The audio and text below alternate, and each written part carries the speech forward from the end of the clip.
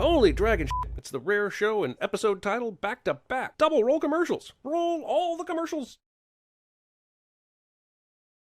Lannisters, don't act like fools. Have you watched the previous 6 episodes, Sardo Numsa? Because I beg to differ. Jeremy makes a pop culture reference that isn't a sin of the episode cliche. Also, Tywin's point here was that he doesn't want the honor of House Lannister tainted. He's not claiming Lannisters are geniuses. Between Tywin gutting this poor animal, Limehouse poetically carving up meat on Justified, and Hannibal Lecter so eloquently preparing his man-meat on Hannibal, all while delivering prose, this decade created its own form of villainous culinary exposition, and it's f***ing gross in every scenario, so sin it I shall. Here's the thing. The Hannibal Lecter thing made sense because he was a cannibal, and this show takes place in medieval times where things are super fucked up, so this also makes sense. The Justified thing maybe didn't, but otherwise you have no point. You spend too much time worrying about what other people think of you. Well, since he's f***ing his sister, maybe he should. Jeremy makes a cringy joke that isn't a sin of the episode cliche. Your mother's dead. Before long I'll be dead. And you, and your brother, and your sister, and all of her children. And knowing this show, that may just be in the next 15 minutes. Jeremy makes a cringy joke that isn't a sin of the episode cliche. I need you to become the man you were always meant to be. Not next year, not tomorrow.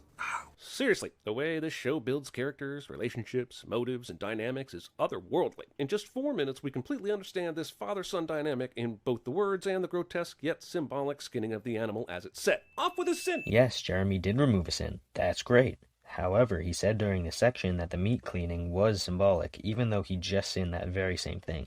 So he's contradicting himself.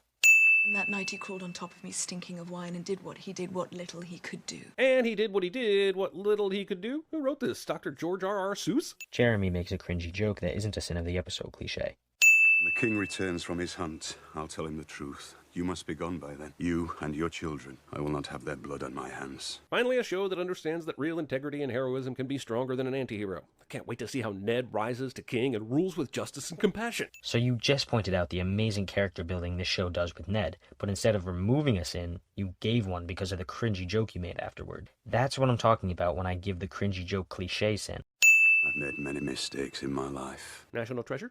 Ronan? Don't Say a Word? The Island? The Hitcher? Jeremy makes a cringy joke that isn't a sin of the episode cliche. Only by admitting what we are can we get what we want. Nice try, squeezing some character work into this soft-core thronography. But there is no way Littlefinger would be spilling all this to his employees. I mean, why not? It's not like they're gonna tell anyone else, and he probably doesn't care either way. You're from south of the Wall. That makes you a southerner to me. Walls. A tale as old as time. Jeremy makes a cringy joke that isn't a sin of the episode cliche. Do you want to lose that chain? 50 Shades of Greyjoy? Come on, man, how many times are we gonna do this? Jeremy makes a cringy joke that isn't a sin of the episode cliche. Why would they have any opening like this at the top of the wall? They could at least put up whatever the equivalent of a guardrail would have been. Seems like you're just asking to lose at least a few soldiers a year to fall into their death. First of all, this is medieval times where things are super fucked up. The Night's Watch probably wouldn't give a shit if 1 or 2 clumsy people fell off the wall. Second, if you're saying someone should realistically be falling off the wall on occasion, then, I mean, you really have no faith in the Watch at all. How clumsy do you really think they are? Lastly, the Night's Watch is composed of mainly athletic people. They're not gonna fall off because they're not clumsy as fuck. Jack Gleason has some great moments on this show. His attempt to show grief in this scene, well, it's not one of them. That's because Joffrey's grief in this scene is fake. Joffrey never really had a good relationship with his father, so he's probably not that sad in this scene. He just had to act like it. In other words, the actor is acting as somebody who's acting. You don't want to see this. I like this Joffrey kid. Can't wait to see him mature under Ned's guidance and bring honor and redemption to his family. That's gonna be such a heartwarming tale. Jeremy makes a cringy joke that isn't a sin of the episode cliche. In the name of Robert, of the House Baratheon. I get this isn't exactly a democratic nation, but I would think having 1 or 2 witnesses here would be required, or at the very least, smart. First, you said that Westeros isn't exactly a democratic nation. This implies that it's at least partially democratic, which is just not fucking true, because it's a monarchy. Second, you're complaining about Robert not being smart and having witnesses in the room, but when has Robert ever really showed great intelligence like that? I'll tell you when. Never. Who gave the king this wine? His squire, from the king's own skin. His squire, the Lannister boy. Dun dun dun! Ned already knows what the Lannisters are up to. Not sure why this plot development needs to be treated as such a surprise, or even mentioned. Wrong. Ned did know the Lannisters might have wanted Robert dead, but he didn't know exactly which Lannister ended up doing it.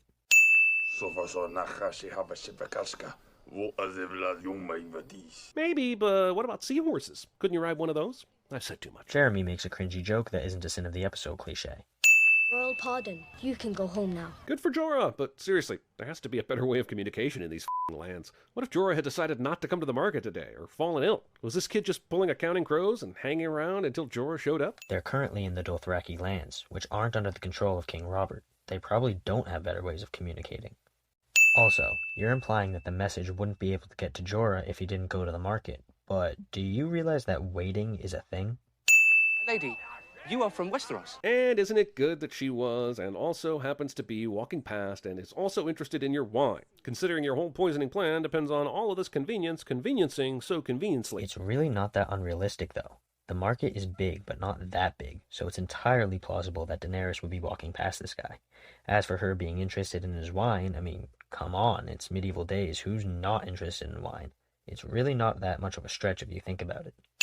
Came alone, in chains, without friends or honor. Is this supposed to be a motivation speech or a death sentence? Neither. It's an induction. Pay attention and you might pick up on these things.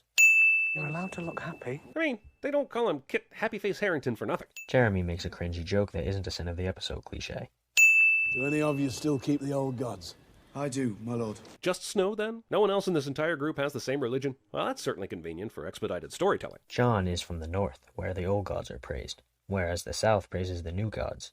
Most of these people were taken from the dungeons of King's Landing, which is in the south.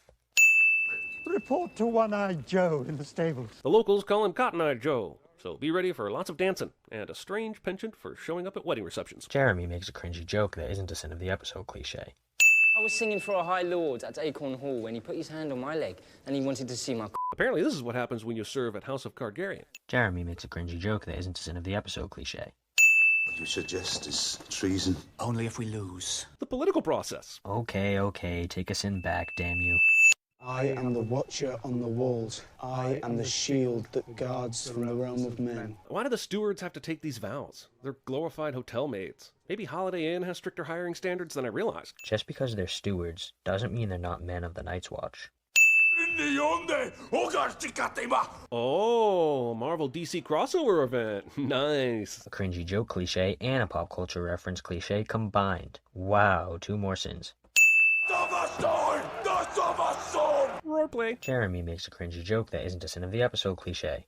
For the last time. Hopefully. I did warn you not to trust me. But if I don't trust you and you're saying not to trust you, should I then trust you? But then when I trust you and you say not to trust you, I think that means don't trust you. The only reason that this sin exists is because Jeremy wanted to put this amazing scene in his video.